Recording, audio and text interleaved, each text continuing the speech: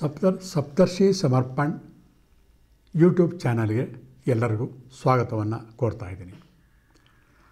ಸಾಮಾನ್ಯವಾಗಿ ಮಳೆಗಾಲ ಬಂತು ಅಂದರೆ, ಚಳಿಗಾಲ ಬಂತು ಅಂದರೆ, ಈಗ ಇತ್ತೀಚೆಗೆ ಏನಾಗ್ತಾಯಿದೆ, ಪ್ರಕೃತಿ ಕೂಡ ನಮ್ಮ ಬಗ್ಗೆ ಮುನಿಸನ್ನು ತೋರಿಸ್ತಾ ಇದೆ. ಮೊದಲು ಮಳೆಗಾಲ ಅಂದರೆ ಮಳೆ ಮಾತ್ರ ಬರ್ತಾಯಿತ್ತು, ಚಳಿಗಾಲದಲ್ಲಿ ಚಳಿ ಮಾತ್ರ ಆಗ್ತಾಯಿತ್ತು. ಈಗ ಯಾವ ಕಾಲದಲ್ಲಿ ಏನಾಗುತ್ತೆ ಅಂತ ಆ ದೇವರಿಗೇ ಗೊತ್ತು. ಮಳೆಗಾಲದಲ್ಲೂ ಕೂಡ ಇದ್ದಕ್ಕಿದ್ದಾಗ ಚಳಿ ಸ್ಟಾರ್ಟ್ ಆಗಿಬಿಡುತ್ತೆ, ಚಳಿಗಾಲದಲ್ಲೂ ಕೂಡ ಒಂದೊಂದು ಸತಿ ಮಳೆ ಬರುತ್ತೆ, ಸಮ್ಮರಲ್ಲೂ ಕೂಡ ಒಂದು ಸತಿ ಆವಾಗ ಸುನಾಮಿ ಅಥವಾ ಫ್ಲಡ್ಗಳು ಬಂದಾಗ ವಾಯು ಎಲ್ಲ ಥರ ವೈಪರೀತ್ಯಗಳನ್ನು ನಾವು ನೋಡ್ತಾ ಆವಾಗಲೂ ಕೂಡ ಕೋಲ್ಡ್ ಬ್ರೀಸ್ಗಳು ಬರುತ್ತೆ, ಥಂಡಿ ಬರುತ್ತೆ. ಅದರ ಪರಿಣಾಮವಾಗಿ ನಮಗೆ ಕೆಮ್ಮು ಅಥವಾ ನೆಗಡಿ ಪ್ರಾರಂಭವಾಗುತ್ತೆ. ಅಂದರೆ ನಮ್ಮ ದೇಹದ ಟೆಂಪರೇಚರ್, ಉಷ್ಣತೆ ವ್ಯತ್ಯಾಸವಾದಾಗ ಗಂಟಲಲ್ಲಿ ಕೆರೆತ ಇರ್ಬೋದು, ಪದೇ ಪದೇ ಕೆಮ್ಮು, ಆಮೇಲೆ ನೆಗಡಿ 3 ಥರ ಬರುತ್ತೆ. ಇದು ಯಾರಿಗೆ ಬರುತ್ತೆ? ಯಾವ ವ್ಯಕ್ತಿಯ ಕಿಡ್ನಿಯಲ್ಲಿರುವಂತಹ ಶುಕ್ರಧಾತು ತುಂಬ ಸ್ಟ್ರಾಂಗ್ ಆಗಿರುತ್ತೋ ಅಂತಹ ವ್ಯಕ್ತಿಗಳಿಗೆ ಐಸ್ ಕ್ರೀಮೇ ತಿನ್ನು, ನೀರಲ್ಲೇ ಈಜೋಡಿ, ತಣ್ಣೀರೇ ಕುಡಿ, ಏನೂ ಆಗೋದಿಲ್ಲ. ಯಾವ ವ್ಯಕ್ತಿಯೋ ಇಮ್ಯುನಿಟಿ ಕಡಿಮೆ ಅಂತ ಹೇಳ್ತೀವಿ. ಇಮ್ಯುನಿಟಿ ಅಂತಂದರೆ ಇನ್ನೇನಿಲ್ಲ, ಶುಕ್ರಧಾತುವಿನ ಶಕ್ತಿ ಕಡಿಮೆ ಆದಾಗ ಏನಾಗುತ್ತೆ, ಒಬ್ಬರು ಹೇಳ್ತಾರೆ ಈ ತೀರ್ಥ ತೊಗೊಂಡ್ರೆ ಕೋಲ್ಡ್ ಆಗುತ್ತೆ, ಮಂಗಳಾರತಿ ತೊಗೊಂಡ್ರೆ ಹೀಟ್ ಆಗುತ್ತೆ ಅಂತ ಹೇಳ್ತಾರಲ್ಲ, ಅದನ್ನೇ ಇಮ್ಯುನಿಟಿ ಅಂತ ಹೇಳೋದು.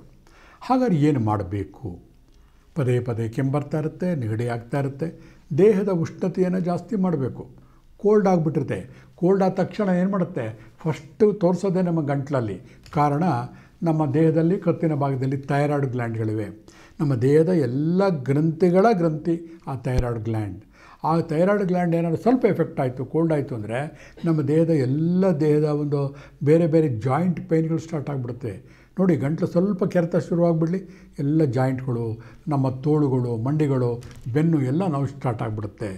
ಅದನ್ನು ಹಾಗೆ ಬಿಟ್ಟರೆ ಒಂದೇ ದಿನದಲ್ಲಿ ಜ್ವರ ಕೂಡ ಬರುತ್ತೆ. ಇನ್ನು ಒಂದು ದಿವಸ ಬಿಟ್ಟರೆ ತಲೆ ಭಾರ ಆಗುತ್ತೆ, ತಲೆ ಹಿಂಭಾಗ ಹೆವಿನೆಸ್ ಅನಿಸುತ್ತೆ, ಗಂಟಲು ಕೆರೆತ ಬರುತ್ತೆ, ಆಮೇಲೆ ಕಂಟಿನ್ಯೂಸ್ ಆಗಿ ಕೆಮ್ಮು ಬರುತ್ತೆ.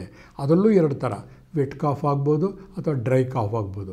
ಆಯಿತು, ಇಷ್ಟೆಲ್ಲ ತೊಂದರೆಗಳನ್ನು ಅನುಭವಿಸ್ತಿರ್ಬೇಕಾದ್ರೆ ಪರಿಹಾರ ಏನು ಇದೆ? ಪರಿಹಾರ ಇಲ್ಲದೇ ಇರೋಂಥದ್ದು ಯಾವುದೂ ಇಲ್ಲ. ಅಂದರೆ ಪರಿಹಾರ ಅಂದ್ಬಿಟ್ಟು ಏನೇನೋ ಕಷಾಯಗಳು, ಮಾತ್ರೆಗಳು, ಔಷಧಿಗಳು ಎಲ್ಲವನ್ನೂ ಮಾಡಬೇಕಾ? ಇಲ್ಲ, ಬೇಕಿಲ್ಲ. ನಮ್ಮ ಕೈಗೆಟುಕುವಂತಹ ಕೆಲವೊಂದು ವಿಷಯಗಳೆಲ್ಲ ನಾವು ಮಾಡ್ತಾ ಹೋಗ್ಬೋದು. ನೋಡಿ, ಕಲರ್ ಇದರಲ್ಲಿ ಸ್ಕೈ ಬ್ಲೂ ಕಲರ್, ಆಕಾಶ ನೀಲಿ ಬಣ್ಣ, ಇದು ಅಗ್ನಿಯನ್ನು ತೋರಿಸುತ್ತೆ, ಅಂದರೆ ಹೀಟ್. ನಮ್ಮ ದೇಹದಲ್ಲಿ ಗಂಟಲಿನಲ್ಲಿ ಏನೇ ತೊಂದರೆ ಆದರೂ ಕೂಡ ಕೆಮ್ಮು ಬರ್ತಾ ಇದ್ದಾಗ ಆ ಗಂಟಲಿಗೆ ಉಷ್ಣತೆಯನ್ನು ಕೊಟ್ಟಾಗ ಅದರಲ್ಲಿರುವಂತಹ ಕೋಲ್ಡ್ನೆಸ್ ಹೋಗುತ್ತೆ. ಕೋಲ್ಡ್ನೆಸ್ಸಲ್ಲಿ ಯಾಕೆ ಹೋಗಬೇಕು ಅಂತಂದರೆ, ನೋಡಿ, ಎಷ್ಟೋ ಸತಿ ನೀವು ರೋಡಲ್ಲಿ ನೋಡ್ತಾ ಇರ್ತೀರ, ನಿಂತ ನೀರಲ್ಲಿ ಸೊಳ್ಳೆಗಳು ಹುಟ್ಟುತ್ತೆ. ಅಂದರೆ ಜೌಗು ಪ್ರದೇಶದಲ್ಲಿ ನೀರು ವೆಟ್ಟಾಗಿದ್ದಾಗ ಅಲ್ಲಿ ಹುಟ್ಟೋದು ಜಾಸ್ತಿ. ಆಮೇಲೆ ಬೆಳಕು ಹೆಚ್ಚಿಗೆ ಬಿದ್ದಿರೋದಿಲ್ಲ, ಸೊಳ್ಳೆಗಳು ಅಂಥ ಕಡೆ ಹುಟ್ಟುತ್ತೆ. ಹಾಗಾಗಿ ನಮ್ಮ ಗಂಟಲಿನಲ್ಲಿ ಕ್ರಿಮಿಕೀಟಗಳು, ನಮ್ಮ ಕಣ್ಣಿಗೆ ಕಾಣದೇ ಇರುವಂತಹ ವೈರಸ್ಗಳ ಉತ್ಪತ್ತಿ ಆಗೋದೇ ಕೋಲ್ಡ್ನೆಸ್ಸಿಂದ ಅಥವಾ ಕಫ ಕಟ್ಟುತ್ತೆ. ಅಂಥ ಸಂದರ್ಭದಲ್ಲಿ ಸ್ಕೈ ಬ್ಲೂ ಕಲರ್ ನಮಗೆ ವರದತ್ತವಾಗಿ ಬಂದಿರುತ್ತೆ. ನಮ್ಮ ಎಡಗೈಯಲ್ಲಿ ಮೊದಲನೆಯ ಗೆರೆ ಮತ್ತು 2ನೇ ಗೆರೆ ಮತ್ತು 3ನೇ ಗೆರೆ, 3 ಗೆರೆಗಳಿರುತ್ತೆ. ವಾತ, ಪಿತ್ತ ಮತ್ತು ಕಫ ಅಂತ ಹೇಳ್ತಾರೆ. ಮೊದಲನೇ ಗೆರೆ ಮತ್ತು 2ನೇ ಗೆರೆಯ ಮಧ್ಯಭಾಗದಲ್ಲಿ ಸ್ಕೈ ಬ್ಲೂ ಕಲರ್ನ ಈ ಥರ ಹಚ್ಚುವ ಮುಖಾಂತರ ನಮ್ಮ ದೇಹದ ಗಂಟಲಿನ ಭಾಗದ ಉಷ್ಣತೆಯನ್ನು ಜಾಸ್ತಿ ಮಾಡಬಹುದು. ಯಾವಾಗ ಸ್ಕೈ ಬ್ಲೂ ಕಲರ್ ನೀವು ಯೂಸ್ ಮಾಡ್ತೀರೋ, ಈ ಭಾಗದಲ್ಲಿ ಉಷ್ಣತೆ ಜಾಸ್ತಿಯಾಗಿ ಅಲ್ಲಿರೋ ಕೋಲ್ಡ್ನೆಸ್ ಕಡಿಮೆ ಆಗ್ತಾ ಹೋಗುತ್ತೆ. ಕಾರಣ, ಇದರಲ್ಲಿ ಅಗ್ನಿ ತತ್ವ ಅಡಗಿದೆ. ಪ್ರತಿಯೊಂದು ಬಣ್ಣದಲ್ಲೂ ಕೂಡ ಅದರದೇ ಆದಂತಹ ಒಂದು ಗುಣ ವಿಶೇಷಣಗಳು ಪ್ರತಿಯೊಂದು ಕಲರ್ಗಳಲ್ಲಿ ಕೂಡ ಇರುತ್ತೆ. 7 ಬಣ್ಣ ಸೇರಿ ಬಿಳಿಯ ಬಣ್ಣವಾಯಿತು ಅಂತ ಹೇಳ್ತೀವಲ್ವ, ಹಾಗೆಯೇ ಬಿಳಿಯ ಬಣ್ಣದಲ್ಲೂ ಕೂಡ ಎಲ್ಲ ಥರ ಬಣ್ಣಗಳು ಇರುತ್ತೆ. ನಿಮಗೇನು ಗೊತ್ತಾಗಲಿಲ್ವಾ? ಈ ಜಾಗಕ್ಕೆ ಜಸ್ಟ್ ವೈಟ್ ಕಲರ್ ಹಾಕಿ, ಅದು ಕೂಡ ಕೆಲಸ ಮಾಡುತ್ತೆ. ಯಾಕಂದರೆ ಬಿಳಿಯ ಬಣ್ಣದಲ್ಲಿ ಎಲ್ಲ ಬಣ್ಣಗಳು ಕೂಡ ಸೇರಿದೆ. ಅದನ್ನು ಪತ್ತೆ ಮಾಡಬೇಕಾದ್ರೆ ನಿಮ್ಗೆ ಗೊತ್ತಿದೆ, ಹೈಸ್ಕೂಲ್ಗಳಲ್ಲಿ ನೀವು ಮಾಡಿರ್ತೀರ, ಒಂದು ರೌಂಡು ಚಕ್ರಗಳನ್ನು ತೊಗೊಂಡು 7 ಬಣ್ಣಗಳನ್ನು ಹಾಕಿ ಆ ಚಕ್ರವನ್ನು ಫಾಸ್ಟಾಗಿ ರೊಟೇಟ್ ಮಾಡಿದಾಗ ನಿಮಗೆ ಕಾಣೋದು ಬಿಳಿಯ ಬಣ್ಣ ಮಾತ್ರ. ಹಾಗೆ ಬಿಳಿಯ ಬಣ್ಣ ಇರ್ಬೋದು ಅಥವಾ ಸ್ಕೈ ಬ್ಲೂ ಕಲರ್ ಇರ್ಬೋದು, ಇಲ್ಲಿ ಹಚ್ಚಿದಾಗ ಎಂಥ ಕೆಮ್ಮೆ ಇರಲಿ, ಎಷ್ಟೇ ದಿವಸಗಳಿಂದ ಇರಲಿ, ಅದು ಕಡಿಮೆ ಆಗ್ತಾ ಹೋಗುತ್ತೆ. ಸಾಮಾನ್ಯವಾಗಿ ನಮ್ಮ ಸ್ನೇಹಿತರಲ್ಲಿ ಕೇಳ್ತಾರೆ, ಎಷ್ಟು ದಿವಸ ಹಚ್ಚಬೇಕು, ಯಾವಾಗ ಹಚ್ಚಬೇಕು, ಇದು ಸಾಮಾನ್ಯವಾಗಿ ಬರುವಂತಹ ಪ್ರಶ್ನೆ. ಎಷ್ಟು ದಿವಸ ಅಂತ ಅನ್ನೋದು ನಮ್ಮ ಆರೋಗ್ಯದ ಮೇಲೆ ಡಿಪೆಂಡ್ ಆಗಿರುತ್ತೆ. 2 ದಿವಸ ಕ್ಯೂರ್ ಆಯಿತಾ, ಸಾಕು, ಇನ್ನೊಂದು ದಿವಸ ಹಚ್ಚಿ ನಿಲ್ಲಿಸ್ಬಿಡಿ.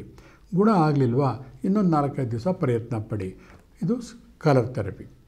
ನಂಗೆ ಗೊತ್ತಿಲ್ಲಪ್ಪ, ಇದು ನಂಗೆ ವರ್ಕ್ ಆಗಲ್ಲ, ನಾನು ಏನು ಮಾಡಲಿ? ಒಂದೊಂದು ನಾವು ಮನನ ಮಾಡ್ಕೋಬೇಕು. ಎಲ್ಲ ಪರಿಹಾರಗಳು ಎಲ್ಲ ಕಾಲದಲ್ಲೂ ಎಲ್ಲರಿಗೂ ಆಗಲೇಬೇಕು ಅಂತ ಎಲ್ಲೂ ಇಲ್ಲ. There is no rule.